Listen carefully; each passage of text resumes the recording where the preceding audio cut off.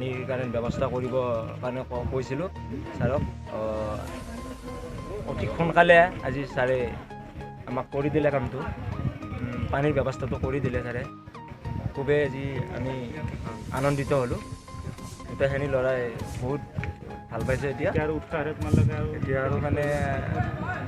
আগতে যিখিনি আছিলোঁ মানে এতিয়া আৰু মানে আৰু অলপমান বেলেগ হৈ গ'লোঁ আৰু এতিয়া আৰু কি হয় আৰু নিজে গম নাপাম আৰু এতিয়া মানে সেইখিনিয়ে আৰু